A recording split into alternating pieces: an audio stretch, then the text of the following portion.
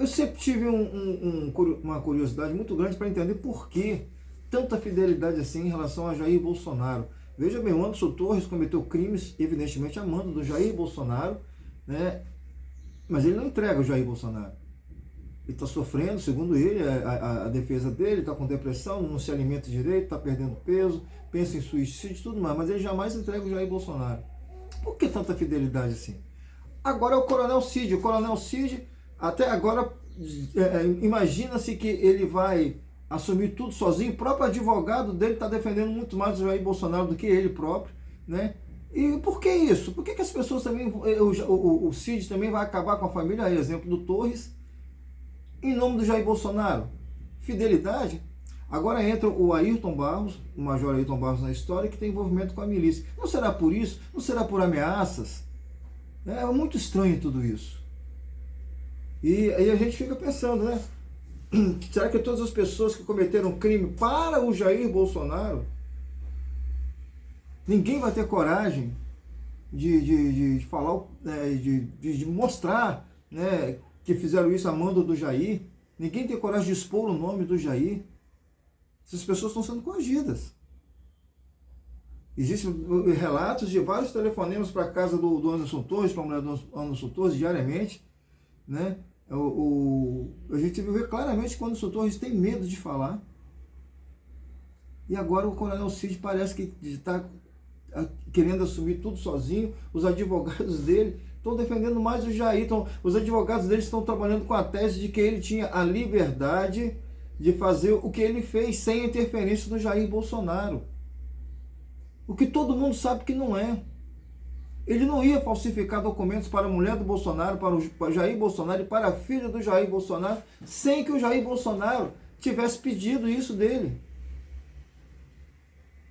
Mas parece que ele vai ficar em silêncio também, não vai falar nada. Mas vamos ver, dar uma olhadinha bem rápida aqui, em quem é Ayrton Barros, né? Que foi preso pela fraude e além de ele já ter esse passado criminoso, ele ainda chamou outra pessoa, né, um vereador que também tem envolvimento com a milícia carioca, inclusive foi envolvido no início das investigações na morte da Marielle Franco. Olha só, ele era capitão, foi para a reserva como major. É um negócio impressionante que acontece com as Forças Armadas. Aí ele se formou em Direito e foi eleito deputado suplente, se apresentando como número 1 do Bolsonaro. Em áudio investigado pela Polícia Federal, ele disse saber quem mandou matar Marielle. Nessa quarta-feira, o advogado afirmou que tudo era bravata para impressionar. Agora é bravata, né?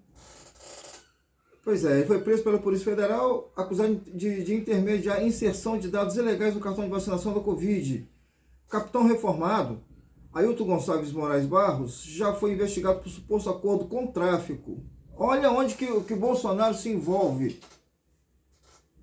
Nesse caso, quem buscou ele foi o Cid, mas o Cid não faria isso se não fosse Bolsonaro. Afinal de contas, o Bolsonaro já é famoso nos seus envolvimentos com a milícia carioca. Já é famoso. Foi expulso do exército após punições disciplinares. Virou advogado e hoje advoga para Leniel Borel. Sabe quem é Leniel Borel? É o pai do menino Henri Borel, aquele que foi assassinado.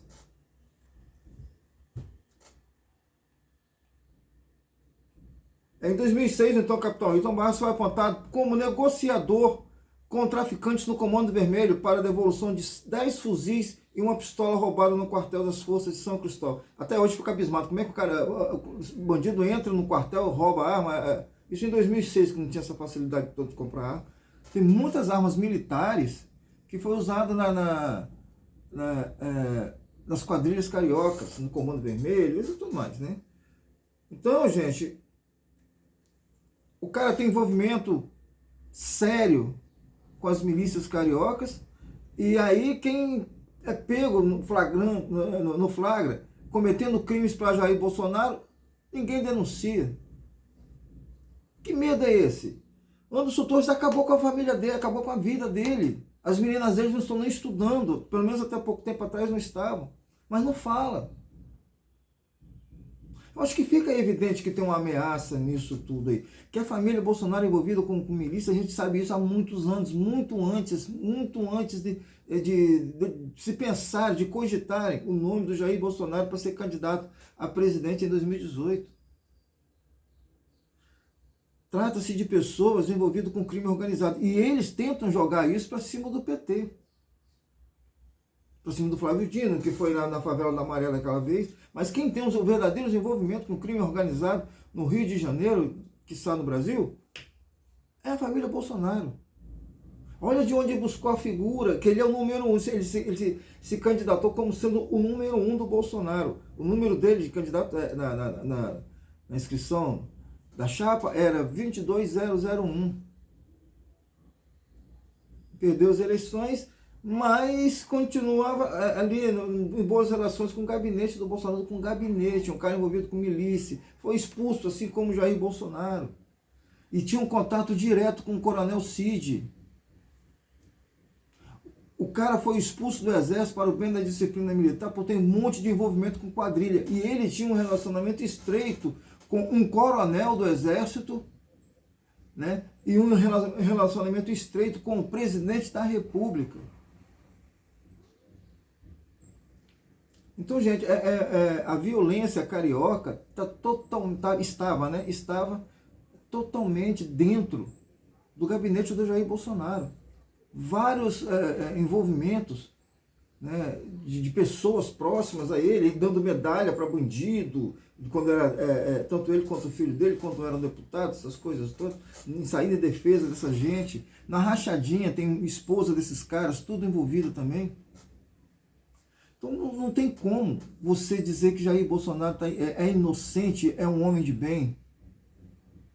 Evidente que nem só por isso, né? Não tem como, isso tem que vir à tona, a gente tem que começar a entender, né, o que fazia o alto escalão do crime organizado do Rio de Janeiro no gabinete do presidente da República. Tem uma ligação direta nisso aí. Eu tenho certeza que o Alexandre de Moraes sabe. Alexandre de Moraes sabe desse envolvimento, sim. O que me espanta é o coronel Cid, sinceramente, que ele é filho também de general, né? O que me espanta é ele não ter tido o menor cuidado, ter mergulhado nesse mundo de crime, desonrando a sua farda, desonrando a sua família, desonrando a si próprio.